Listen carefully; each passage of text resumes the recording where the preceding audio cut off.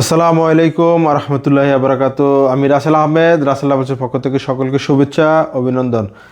তো প্রিয় ভিউয়ার্স, আজকে আপনার যে আলোচনাটি করব সেই আলোচনাটি হচ্ছে ই পাসপোর্ট আবেদনের জন্য কি কি কাগজ প্রয়োজন। ই পাসপোর্টের আবেদনের জন্য কি কি ডকুমেন্টস আপনাদের প্রয়োজন, কি কি ডকুমেন্টস আপনাদের অ্যারেঞ্জ করতে হবে আবেদন এই ই পাসপোর্ট করার জন্য। তো আজকে আপনাদের এই আলোচনা করব আপনারা কি কি ডকুমেন্টস অ্যারেঞ্জ করতে হবে এবং সাথে কি কি ডকুমেন্টস নিয়ে যেতে হবে। তো ভিডিওটি স্কিপ না করে পুরো ভিডিওটি দেখুন এবং আপনাদের ভাই বোনদের মাঝে এই ভিডিওটি শেয়ার করে দিন, যেহেতু অনেকেই এই তথ্য জানে না, জানার প্রয়োজন। তো অনেকে উপকৃত হবে আপনার ভিডিওটি শেয়ার করে দিলে। তো কথা না বাড়িয়ে শুরু করছি আজকের এই আলোচনা। ই পাসপোর্টের আবেদনের জন্য যেসব কাগজ প্রয়োজন হবে সেগুলো হচ্ছে, বর্তমান ই পাসপোর্টের আবেদনের জন্য কাগজপত্র সত্যায়ন করতে হবে না। আগে আমাদের পাসপোর্ট করার জন্য আপনারা সবাই জানেন, যারা এমআরপি পাসপোর্টের আগে হাতে লেখা পাসপোর্ট ছিল, এমআরপি পাসপোর্ট ছিল, আপনার প্রত্যেকটা পেপারস সত্যায়িত করতে হতো। তো এখন ই পাসপোর্ট করার জন্য কোনো ডকুমেন্টস আপনার সত্যায়িত করতে হবে না। তো ই পাসপোর্ট আবেদনের জন্য কোনো ছবি সংযোজন সত্যায়িত প্রয়োজন নেই এবং আপনার কোনো ছবি আপনার ফর্মে আপনার কোনো ছবির প্রয়োজন নেই। এটা এখন নতুন যে সিস্টেম, যে নির্দেশনা এসেছে, এর ভিতরে কোনো ছবির প্রয়োজন নেই। তো প্রথমে জাতীয় পরিচয়পত্র অথবা আপনার জন্ম নিবন্ধন ইংলিশ ভার্সনে অনলাইন থাকতে হবে। প্রথম এনআইডি অথবা জন্ম নিবন্ধন ইংলিশ ভার্সন অনলাইন থাকতে হবে। প্রাপ্ত বয়স্ক 18 বছরের কম আবেদনকারীর ক্ষেত্রে অনলাইনে জন্ম নিবন্ধন বিআরসি এর ইংলিশ ভার্সন প্রয়োজন হবে। আবেদনকারীর বয়স 18 থেকে 20 বছর হলে অনলাইনে জন্ম নিবন্ধন বিআরসি এর ইংলিশ ভার্সন অথবা জাতীয় পরিচয়পত্রের এনআইডির যে কোনো একটি প্রদান করতে হবে। আবেদনকারীর বয়স 20 বছর হলে তাকে জাতীয় পরিচয়পত্র এনআইডি প্রদান করতে হবে।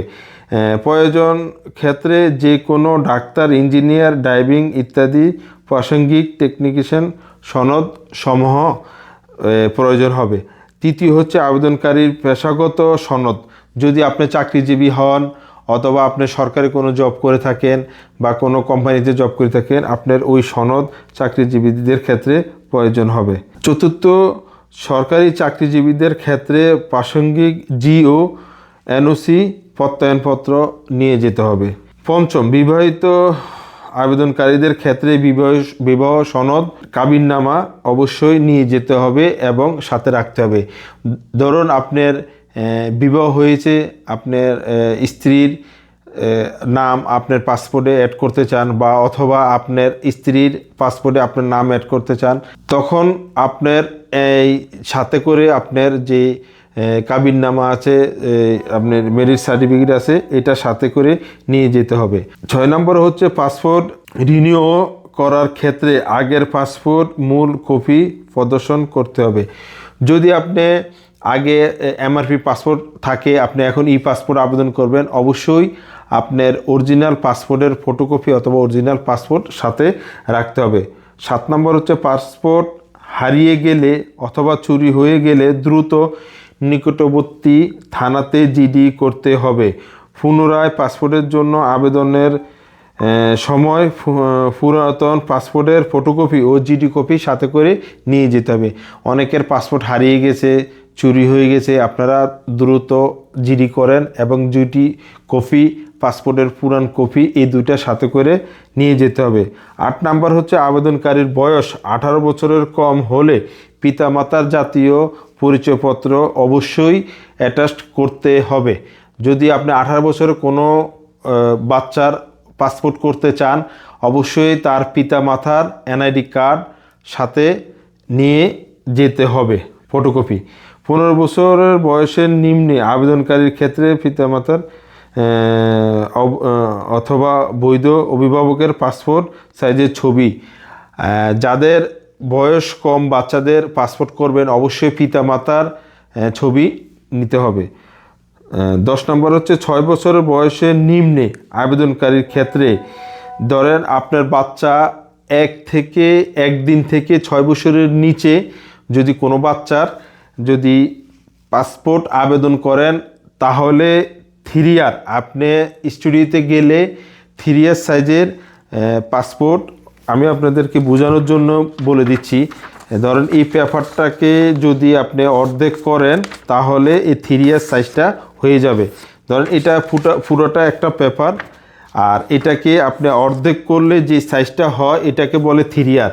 আপনি যে কোনো স্টুডিওতে গেলে বাচ্চার পাসপোর্ট করবেন বললে 3 ইয়ার সাইজ করে দিবে, কোনো টেনশনের কোনো কারণ নেই। 11 নম্বর হচ্ছে প্রয়োজনের ক্ষেত্রে বর্তমান ঠিকানা প্রমাণের জন্য ইউটিউবি বিল, মানে আপনি বিদ্যুৎ আপনার যে ঠিকানাটা সত্যায়িত করার জন্য, এই ঠিকানাটা আপনার বৈধ কিনা সেটা সত্যায়িত করার জন্য গ্যাস বিল, কারেন্ট বিল, বিদ্যুৎ বিল, পানি বিল, এই 3টা যে কোনো একটা আপনি সাথে করে নিয়ে যেতে হবে। আর প্রয়োজনের ক্ষেত্রে আরও কিছু কাগজপত্র প্রয়োজন হতে পারে, সেক্ষেত্রে নিকটবর্তী আঞ্চলিক বিভাগীয় পাসপোর্ট অফিসে যোগাযোগ করতে পারেন।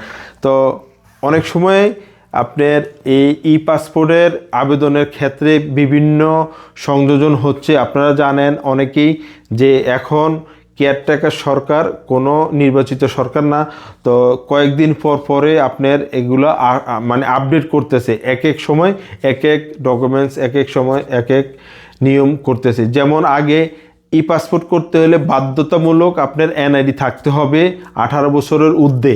18 বছরের ঊর্ধ্বে যে আবেদনকারী আবেদন করবে এই পাসপোর্টের জন্য আগে নিয়ম ছিল এনআইডি কার্ড অবশ্যই থাকতে হবে। এই বর্তমান যে কেয়ারটেকার সরকার আসছে, উনারা নতুন করে একটি সুযোগ করে দিয়েছে, যাদের এনআইডি কার্ড নাই তাদের জন্ম নিবন্ধন ইংলিশ ভার্সন অনলাইন থাকলে ই পাসপোর্টের জন্য আবেদন করতে পারবে। তদ্রূপ অনেক সময় আপনার এই সংযোজন করতেছে আবেদনের এই ডকুমেন্টসগুলো। তো আপনারা যখন যেই পরিস্থিতি থাকে তখন ওই সময় আপনারা আপনার আঞ্চলিক যে পাসপোর্ট অফিস আছে ওখান থেকে তথ্য নেবেন যে এখন বর্তমানে কি কি ডকুমেন্টস প্রয়োজন। তো আমরা সর্বদাই আমরা আপডেট ভিডিওগুলো দিয়ে থাকি আমাদের চ্যানেলে। আপনারা দেখতে পারবেন নতুন নতুন যে নিয়মগুলো আসতেছে আমরা আপনাদের সাথে শেয়ার করি। তো ভিডিওটি আর দীর্ঘায়িত করব না, আপনারা এই ভিডিওর মাধ্যমে আপনারা জানতে পারলেন আপনারা কিভাবে ই পাসপোর্টের আবেদন করতে পারবেন। ই পাসপোর্টের আবেদনের জন্য কি কি কাগজপত্র প্রয়োজন আপনারা এই ভিডিওর মাধ্যমে জেনে গেলেন। তো ভিডিওটি শেয়ার করে দিন আপনাদের ভাই বোনদের মাঝে, তারা উপকৃত হতে পারে। তো আপনাদের কাছ থেকে বিদায় নিচ্ছি, আমি রাসেল আহমেদ। ভালো থাকবেন। আসসালামু আলাইকুম ওয়া রাহমাতুল্লাহি ওয়া বারাকাতুহু।